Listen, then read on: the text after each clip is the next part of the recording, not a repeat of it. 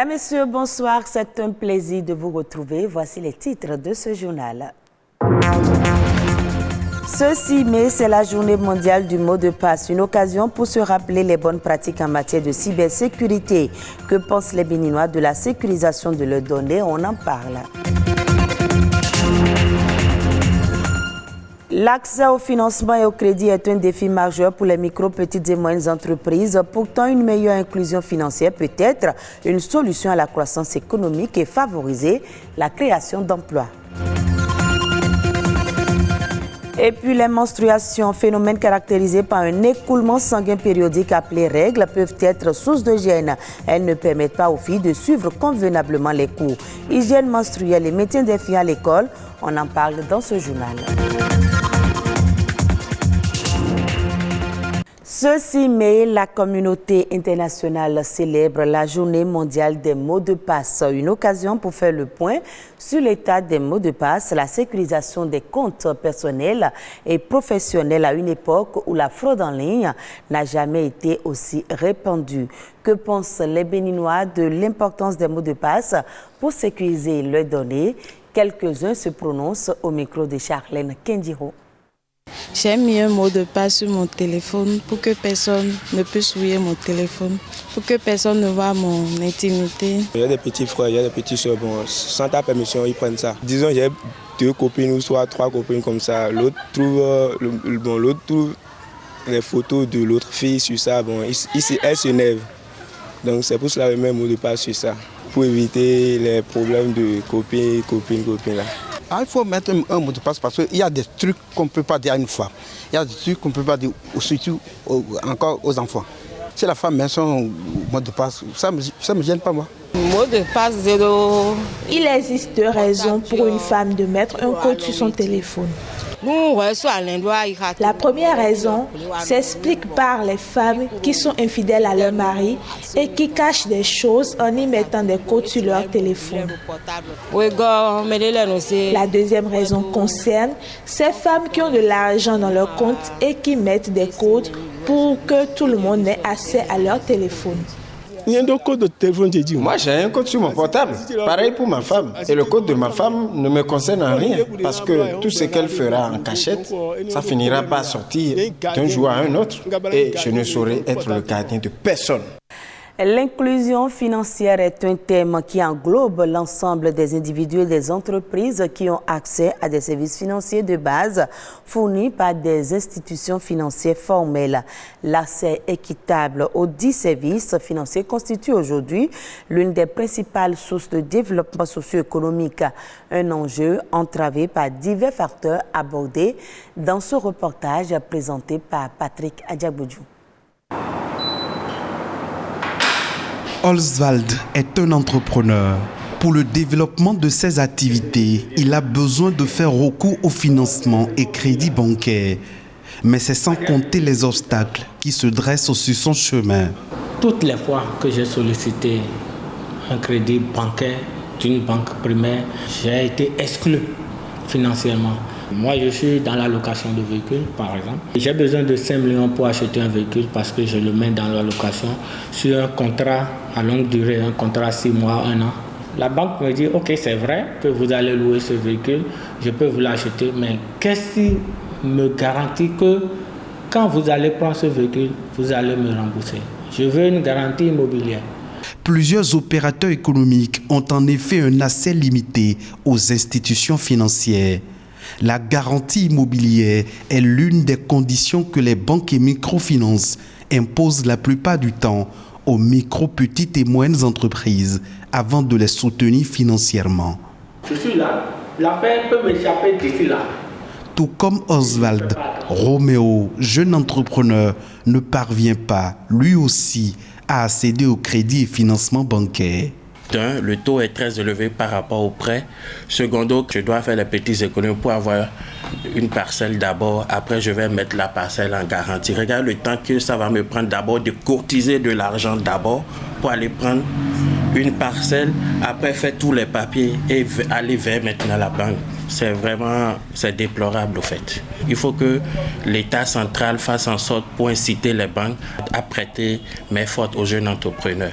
L'inclusion financière des micro, petites et moyennes entreprises est un défi majeur à relever, car elle peut être une solution à la croissance économique et favoriser la création d'emplois dont la cible est les jeunes, les femmes, les populations rurales, les agriculteurs, les micro, petites et moyennes entreprises, les personnes à faible éducation financière. Vous comprenez que vous parlez des MPME, des micro, petites et moyennes entreprises, donc elles sont vraiment intégrées donc, dans la cible de l'inclusion financière parce qu'on estime que c'est des gens qui n'arrivent pas à accéder vraiment à des services financiers formels ou qui n'arrivent même pas à accéder à des services financiers parce que justement, derrière, il y a pas mal de contraintes.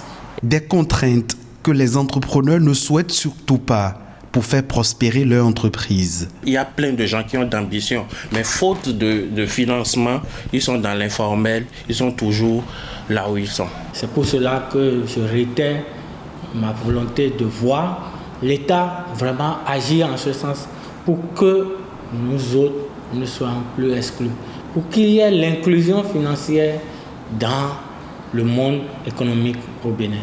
L'accès aux services financiers permet aux entreprises de se développer en créant des emplois durables.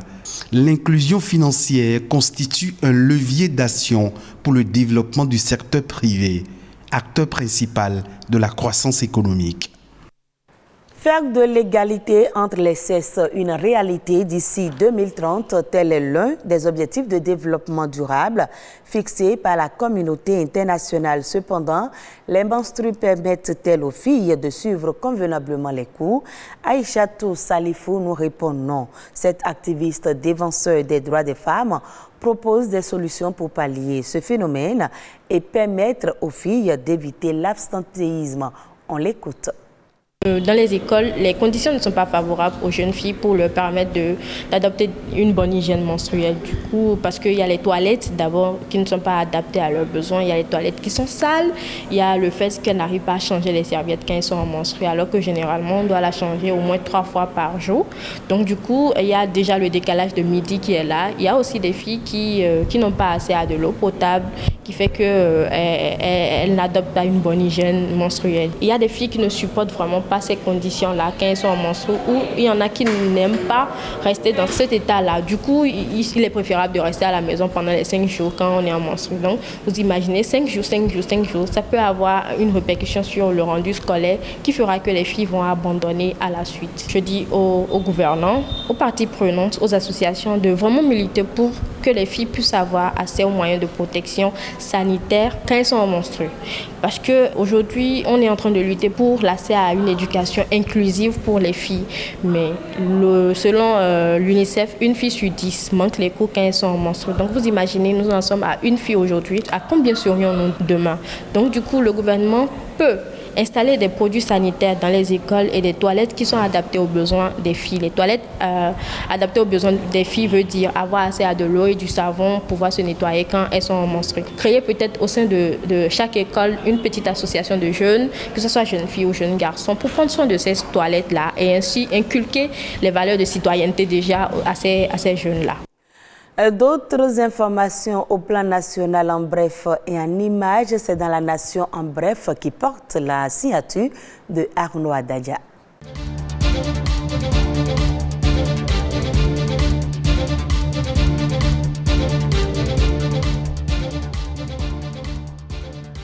La ville de Ouidah accueille les 11, 12, 13 et 14 août 2022 une biennale sur les arts et vaudou. Une idée née de la volonté des organisateurs préoccupés par le souci de savoir quel modèle économique pour la valorisation du patrimoine inscrit sur le territoire de Ouidah. La Biennale Ouidah 2022 est un projet qui, dans le déroulé, comportera plusieurs communications. Il s'agit entre autres de renforcer le leadership de la mairie de Ouidah en tant qu'agrégateur des initiatives sur ce territoire et renforcer la collaboration avec les communautés détentrices du pouvoir ancestral. Le phénomène des grossesses en milieu scolaire va bientôt trouver une solution dans le Koufo. Plusieurs conseillers municipaux des différentes communes et partenaires viennent de s'engager dans l'opération Zegromissa. Entendez, zéro grossesse en milieu scolaire. C'est une opération qui est lancée pour la sécurisation des jeunes filles en milieu scolaire du département du Koufo. Une série de séances de sensibilisation dans 48 collèges et 12 centres de formation prévus à cet effet ont commencé mercredi. Le 113 et le 166 sont les numéros verts mis à la disposition du public pour dénoncer toute personne qui tentera de sortir frauduleusement les intrants agricoles du territoire national. Plus de revente ou de sortie des intrants agricoles au Bénin. C'est une mesure de soutien à la production au titre de la campagne 2022-2023 prise par le gouvernement. Entre autres raisons liées à cette décision, la hausse remarquable des prix d'acquisition des intrants agricoles, le souci des autorités de veiller à l'approvisionnement des dits intrants aux producteurs. Bonne nouvelle pour les femmes usagères des marchés de Cotonou. Ces marchés urbains, Toklegbe, Midombo, Aïdjedo, Wologede, Menotin, Bégamin, Kadjeoun, etc., en chantier depuis quelque temps pour des raisons de rénovation et de réadaptation aux normes. Les 10 marchés rénovés seront livrés en juin. L'information a été rendue publique par les autorités du ministère du Cadre de Vie.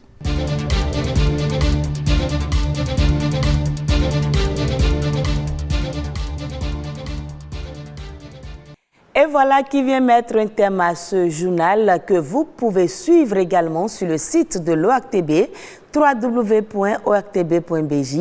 Merci à vous de nous avoir suivis et très bonne suite des programmes de BB24.